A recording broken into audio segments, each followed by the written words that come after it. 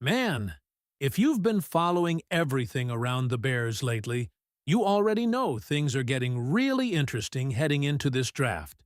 It feels like the team is in that weird spot where they're good, but not quite complete yet, especially on defense. And now the big question is, do you play it safe and build smart, or do you go all in and try to land that one guy who could change everything right away? And I'm here to tell you everything in detail, but first, click the like button and write in the comments. Go Bears! The Chicago Bears are heading into one of the most unpredictable draft scenarios in recent memory, and the internal debate around how to approach it is getting more intense by the day. According to insights discussed by ESPN's Benjamin Solak, the team's roster isn't as settled as many fans might assume after a playoff-caliber season. Instead, it's a roster still in transition, especially when you look closely at the defensive front. There's a clear concern. The Bears have depth on the defensive line, but they lack that true game-changing presence. There's no definitive Edge 1 or DT 1. No player offenses have to completely scheme around. And that puts pressure on this draft, particularly with 4 picks inside the top 89, 25, 57, 60, and 89. This is prime territory to reshape the identity of the defense, but the path forward is far from obvious. Solak floated the idea that Chicago might need to swing for the fences to land that defensive anchor, mentioning prospects like Caleb Banks or Peter Woods as high-upside, high-risk options. Banks, in particular, brings rare physical tools at 6'5", 325 pounds, with impressive movement skills for his size. On paper, that kind of profile could instantly elevate the defense. But the red flags are just as real. Recurring foot injuries and inconsistency make him far from a safe bet. And that's where the debate really sharpens. Is this the kind of draft where you take a massive gamble, or is that exactly what you avoid? From a strategic standpoint, there's strong resistance to the idea of forcing a pick at defensive tackle at 25. The class itself is widely viewed as underwhelming, especially at the top. Reaching for need instead of sticking to best player available could backfire, particularly when the board may offer better value at other positions. There's even a scenario being discussed where trading back slightly, say from 25 to the early 30s, could allow the Bears to pick up extra assets and still address the defensive line without overcommitting. When it comes to edge rushers, the conversation gets even more nuanced. Solak suggested aggressive movement up the board if certain players fall, but that idea doesn't fully align with a disciplined draft philosophy. Trading up only makes sense if you're targeting a true blue-chip talent, someone you believe will dominate for years. And in this particular draft, that kind of player may not realistically drop into a range where Chicago can go get him without overpaying.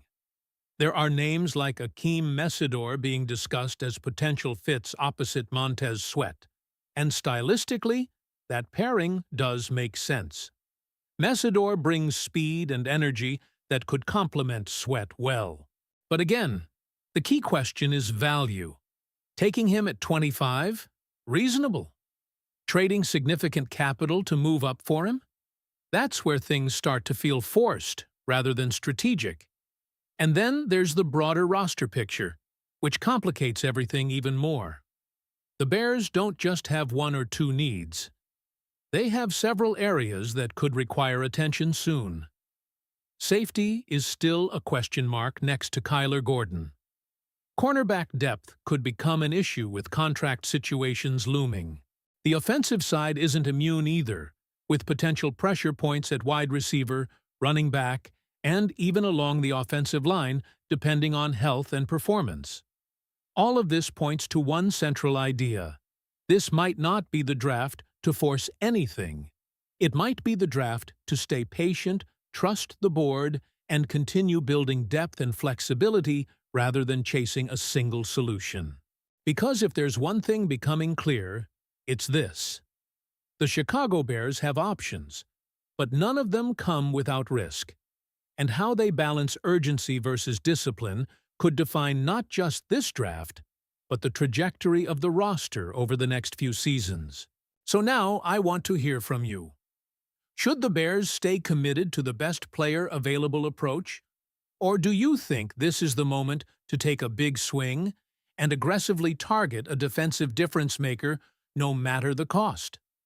And this is where the conversation takes a decisive turn. Because instead of forcing a risky move in a weak draft class, there's a growing belief that the Chicago Bears could be better off attacking the problem from a completely different angle: the trade market. Think about it. If you're already questioning the top-end talent at defensive tackle and edge in this class, why gamble premium draft capital on uncertainty when proven players might be available? That's why discussions around names like Dexter Lawrence and Max Crosby gained traction earlier in the offseason. The idea isn't to recklessly spend, but to recognize value when it presents itself. If a proven star becomes available at a reasonable cost, something like pick 25 plus an additional asset, that could deliver immediate impact in a way no rookie can guarantee. And timing matters here. The Bears are still in a valuable window with Caleb Williams on his rookie contract. That flexibility allows the front office to stack talent without being crushed by cap constraints. It's the perfect environment to build a deep, competitive roster, not just chase one position out of desperation. At the same time, there's a long-term strategy in play that can't be ignored. Future drafts, especially the 2027 class, are already being projected as significantly stronger. That alone should make Chicago hesitant to sacrifice future capital in a panic move now. Instead, maintaining flexibility and continuing to accumulate assets could position the team for a much more impactful swing down the line. Another key layer to this is understanding that not every first-round pick has to fill an immediate need. There's real value in thinking 1 year ahead. If a player graded significantly higher than others is sitting there at 25, even at a position that doesn't look urgent today, that's still the right pick. Because today's luxury can quickly become tomorrow's necessity in the NFL. And that mindset reflects a disciplined organization, one that isn't reacting emotionally to gaps on the roster, but instead building something sustainable. The Bears have already shown signs of moving in that direction, shedding contracts, managing cap space, and positioning themselves to stay competitive beyond just one season. So as draft night approaches, don't be surprised if Chicago stays patient. Don't be surprised if they pass on a defensive tackle early. And definitely don't be surprised if they make a move that isn't flashy in the moment, but makes perfect sense when you zoom out and look at the bigger picture. Because in this draft, forcing the issue might be the biggest mistake they can make, and discipline might end up being their biggest win. Now, it's your turn. Do you want to see the Bears stay patient and trust the board? Or should they go all in to fix the defensive line right now? Drop your take, hit that like button, subscribe to the channel, and don't forget to click the video on your screen. Because the latest Chicago Bears updates, you'll only find them right here. Go Bears!